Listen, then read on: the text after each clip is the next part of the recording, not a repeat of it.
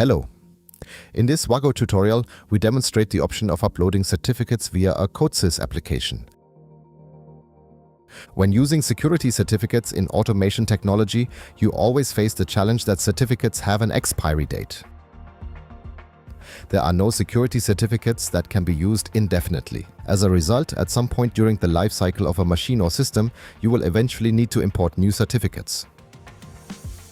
And this is precisely where uncertainties often arise. Which certificates belong where?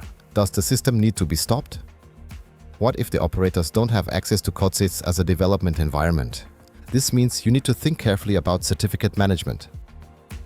One component could be implementing the whole process within the application itself. For example, providing the option for a certificate update through a visualization interface.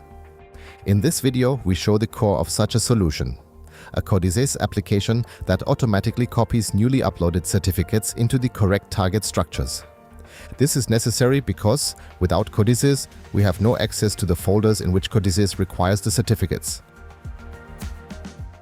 These are the folders accessible via the security screen. CODESYS refers to this area as the security store. Here, we focus purely on the import of certificates and on how they are moved into the correct folders. The visualization created in the project is very basic.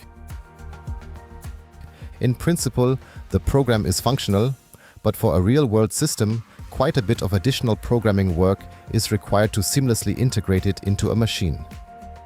Since there are countless ways to implement and visualize this, we limit ourselves here to the core function of the import. This is not a one-to-one template, but rather a core function describing one possible method that provides a solid basis for further work. A download link for the program can be found in the video description. First step: getting the certificates onto the controller. There are two ways to do this. The first option is to upload them via the web-based management. Under the Security tab, the Certificates menu is available. Simply select the required certificates and keys and upload them.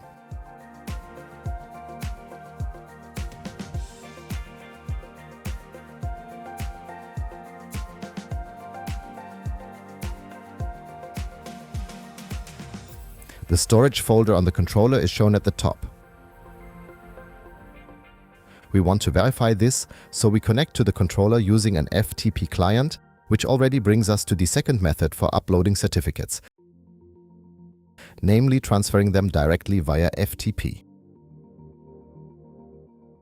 We switch to the directory etc/certificates/ and the certificates and key are displayed, so we have successfully uploaded the certificates onto the controller. Now we face the problem that CODESYS cannot access this folder. Conversely, with the FTP client, we do not have permission to copy certificates into the correct folder. So in our application, we need to apply a small trick to access the certificates. Therefore, we now switch to CODESYS and show an approach for how to implement this within a CODESYS program. In CODESYS first, we open the security screen and the folder's own certificates and trusted certificates are empty. Then we start the controller and open the visualization.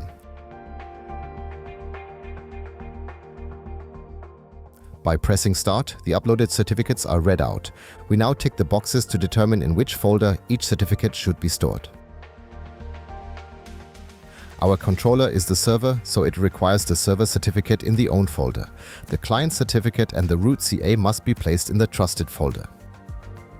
A key always goes into the trusted folder, so we simply have an option to select whether it should be imported as well. Once all checkboxes are set, we use the Move to Store button to move the certificates into the security store, the final storage area for active certificates.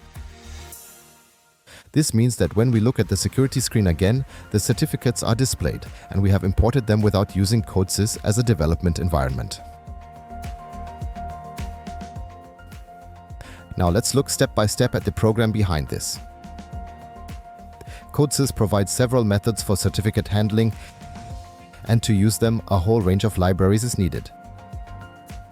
This list is also included in the video description. In the PLC-PRG, we call two programs. The program for reading the certificates, Read Certificates, executed by the Start button, and the program Insert Certificates, executed by the Move to Store button. Both programs use an enumeration in which the individual required steps are listed.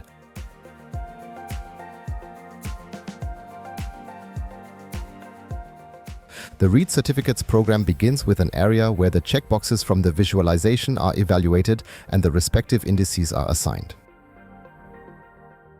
In the first initialization step, we create a symbolic link.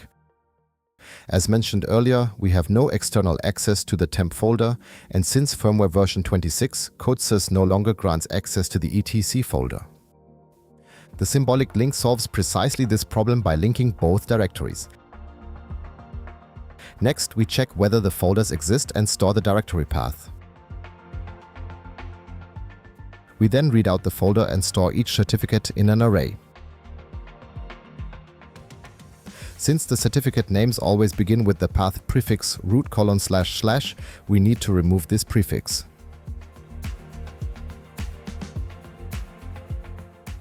We perform the same process for the key, except here we search for the .dir file extension, whereas certificates have the .cer extension. Then we prepare everything for the transfer into the store. Once for the own store, below that for the trusted store, and again for the key. The method is the same in all three cases. First, we count the number of selected checkboxes and collect the corresponding certificates in an array. This prepares everything for transferring the certificates. The Insert Certificates program is executed via the Move to Store button. The initialization step here is only a placeholder. We jump directly to the second step, where the directories are passed. First for the certificates, then for the key. Up to this point, we have managed all with the standard tools of a CODESYS installation. Now we need the special libraries for X509 certificates. CODESYS provides several methods here. First, a function to initialize the structure, then one to read general certificate information. Next, the store is opened. Then the certificates destined for the own store are filtered and moved. The same is done for those that need to go into the trusted store. With this, the basic function is complete. However, for a real system, the program must be significantly expanded. For example, this program simply stops in the step sequence without any message if a certificate already exists in the security store. You would first need to implement a check to determine whether the folder is empty and, if necessary, delete the existing certificate. Or check whether it is still valid and then offer an option to delete it. Or perhaps only show an error message. Since there are many possible approaches for further implementation, going deeper here would exceed the scope and probably wouldn't match a specific application use case. Therefore, we leave it at this single function, focusing on the fundamental methodology. CODESYS provides an extensive set of functions for everything else in the library, CmpX509 cert implementation, allowing you to create a robust, fully functioning and cleanly programmed solution. Further information can also be found on the CODESYS Help Me page, consolidated under the search term X509. A link is included in the video description. This brings us to the end of the tutorial in which we demonstrate one method of uploading certificates via a CODESYS application. Feel free to give us a thumbs up if the video was helpful, subscribe to the channel, and contact the WAGO Support Center if you have any further questions.